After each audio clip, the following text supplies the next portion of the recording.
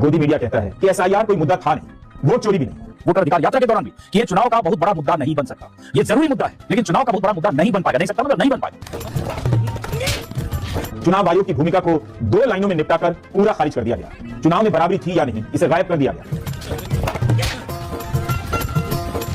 अगर सब कुछ एनडीए के पास है, धूर्तता है, मकारी है, चुनाव आयोग है, ईडी है, सीबीआई है, इनकम टैक्स है, पैसा है, एसआईआर है, अकूत दौलत है, सारी मशीनरी है, सब कुछ संभाल लिया, तो आपके पास क्या? हौसला, लड़ने का मादा, विल पावर, डू और डाई की तरह लड़ना, सही तरह से टिकट बांटना, वक्त का सही इस्तेमाल करना, वक्त की बर्बादी, ये जो 10 दिन की आपसी धींगा मुस्ती खींचतान में किए बगैर चुनाव में जल्दी उतरना, वोटर तक रीच आउट कर। बीजेपी की मेहनत के नाम पर 2-4 नेताओं की मेहनत की ही चर्चा हो रही है। बाहर से गए कार्यकर्ताओं, नेताओं की चर्चा ज्यादा हो रही है। पूछ क्या? नमस्कार किया और उसके बाद भाई साहब मैं सतीश गौतम, अलीगढ़ का बीजेपी का सांसद। मैंने कहा बताइए कैसे हो आप, यहाँ कैसे? तो उन्होंने बताया कि मैं तो बक्सर में हूँ, लगातार 1 महीने से ऐसा कुछ बताया, और बक्सर इस बार हम जीतेंगे। सड़क के किनारे जो छोटी छोटी दुकानें होती हैं, दुकान ठेले खोमचे जो भी होते हैं, वहाँ दिखा कि 2 गाड़ी आगे रुकी और 10-15 लोग। तो मैंने देखा स्वतंत्र देव सिंह जो यूपी बीजेपी के अध्यक्ष है और यूपी में cabinet minister, senior leader UP के।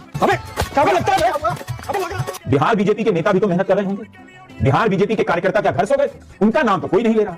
कौन एंकर किस नेता को प्रोजेक्ट कर रहा है आप नहीं जान सकते। कि जैसे राहुल गांधी आ रहे हैं, प्रियंका गांधी आ रही है, हेलीकॉप्टर से उनको फला जगह जाना है, 25-30 फॉर्च्यूनर स्कॉर्पियो से लोग आए, अलग अलग जगह से वहां पहुंचे, उसमें से 20-25 लोग मंच पे गए, सबने अपना चेहरा दिखाया, हाजिरी दिखाई, हेलीकॉप्टर फुल हुआ। एक विश्लेषण में कहा गया राहुल गांधी हेलीकॉप्टर से आ रहे और चले जाए, लेकिन यह नहीं बताया गया कि एनडीए के नेताओं के पास कितने हेलीकॉप्टर थे।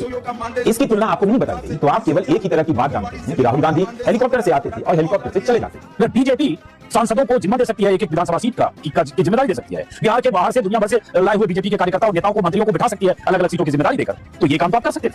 अगर बीजेपी से उसी से जीत जाती तो बीजेपी ये क्यों कर रही थी? इसका मतलब बीजेपी कोई भी तरीका नहीं छोड़ना चाहती थी और कोई भी तरीका उसने नहीं छोड़ा। आपको यह विश्वास दिलाना चाहता है कि लड़ना केवल बीजेपी को आता है, बाकी सब घर बैठकर सोए।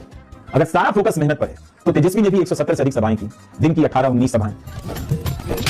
मैं खारिज नहीं कर रहा हूं किसी पॉलिटिकल पार्टी के एफर्ट को, मेहनत को। बहुत खून पसीना लगता है किसी पार्टी को कुछ सीटें हासिल करने के लिए, मुझे इसका अंदाजा है, लेकिन मैं तुलना कर रहा हूं। जब लेवल प्लेइंग फील्ड थी ही नहीं तो फिर विपक्ष को कीमत चुकानी ही थी, उसे हारना ही था। आप किसी चुनाव में 30,000 करोड़ बांट देंगे और चुनाव आयोग बटने देगा तो विपक्ष मेहनत करके जीत जाएगा।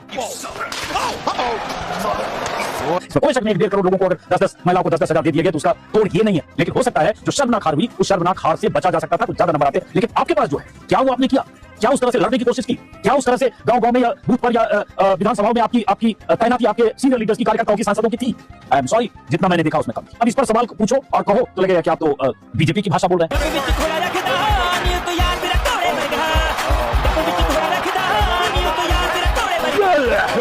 क्या बात है सर, क्या बात है सर, क्या बात है, ये बात है।